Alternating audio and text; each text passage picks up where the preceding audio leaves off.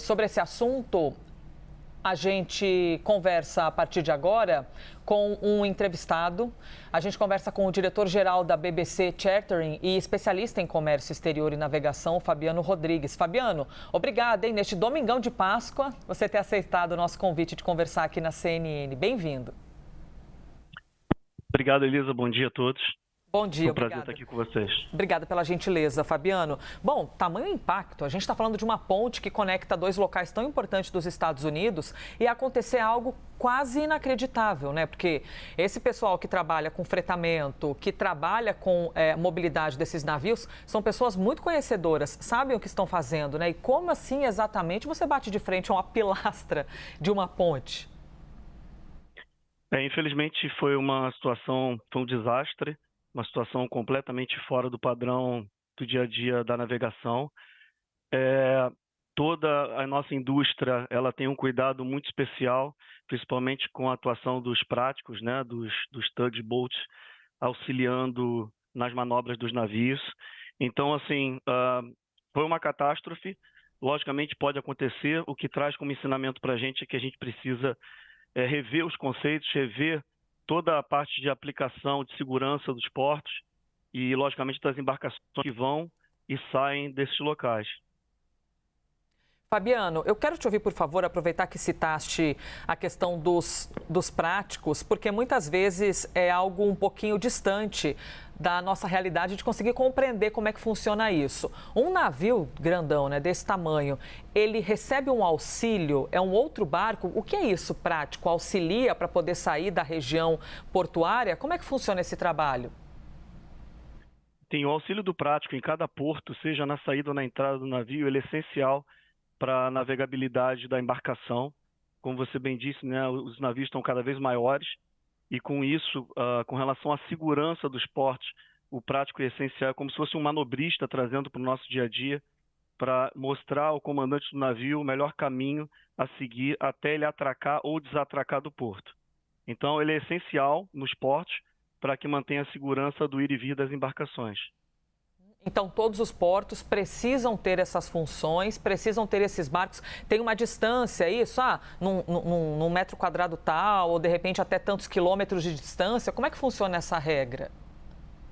A partir do momento que a embarcação, dependendo logicamente de cada porto, tem uma regra internacional de aplicabilidade naquele local, mas a partir de determinado ponto, o prático ele auxilia, ele vai a bordo do navio, auxiliando o comandante no direcionamento da embarcação até o porto, seja na saída ou seja na entrada desse. Perfeito. Quase que um recepcionista ali para chegadas desses navios, né? Até porque ele conhece geograficamente bastante o local.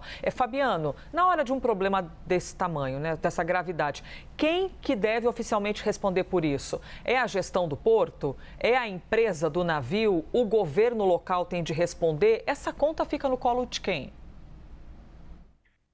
Eu acho que assim, ainda está muito breve para dar essa resposta. As investigações estão sendo feitas.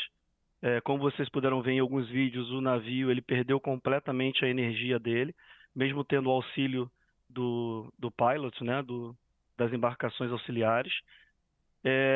E assim, dar uma certa razão para essa situação agora ainda é muito breve. Naturalmente, o tugboat ele auxilia, independente, logicamente, dessa situação, porém você imagina que o navio ele vem numa velocidade. Tipo de apagão, muitas das vezes, dependendo da distância, como foi o caso de Baltimore, é muito difícil você dar um auxílio para poder evitar esse problema. Mesmo, por exemplo, que você jogue o ferro, né, jogue a âncora para tentar evitar, dependendo da velocidade do barco, você não consegue evitar isso, né?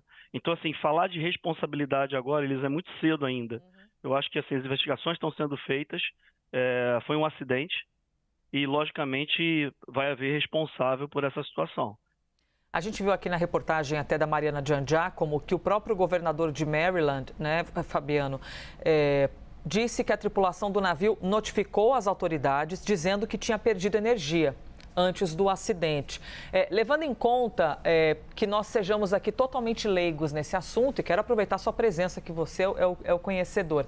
Quando um navio perde energia, ele perde a capacidade de frenagem Ou o freio natural de um navio sem a energia não tem tanta potência para segurar tantas toneladas? Como é que funciona isso? Não, sem dúvida. Quando ele perde energia, ele perde a frenagem, né?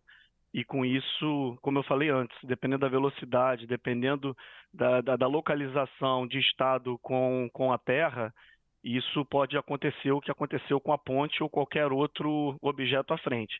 Então, para isso é importante, por exemplo, todas as medidas de segurança, como você também bem falou, a tripulação em todos os áudios, ela tomou toda a precaução para avisar, inclusive, eu acho que uma coisa que poucos falam, mas que foi extremamente importante, foi a própria tripulação entrar em contato com as autoridades locais para evitar que o tráfego continuasse, né, na ponte, desse continuidade, mesmo naturalmente pelo horário que foi o acidente, que já era madrugada, enfim, tinha menos carros.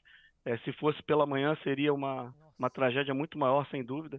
Então, assim, eu acho que a questão da comunicação, a questão dessa técnica, né, de aplicabilidade do barco, do comandante e do suporte que ele teve no local, isso sem dúvida ajudou para que a tragédia não fosse maior. Perfeito. Nossa, muito importante a gente poder te ouvir, Fabiano Rodrigues, para a gente expandir aqui o nosso olhar, essas questões de tecnicidade que vocês estão habilitados para isso, tem para poder compartilhar com a gente, com a imprensa e, consequentemente, com todo o Brasil e também para quem nos assiste em outros planetas. Que isso? Outros planetas, Elizabeth? Onde tu acha que tem vida, minha querida? Em outros países. A letra é a P, mas errei a palavra. Muito obrigada, Fabiano. Obrigado a você, Elisa. Boa Páscoa. Obrigada. Boa tarde. De vez em quando, né, devaneios do ser humano, para quem nos assiste em outros planetas, só eu mesmo.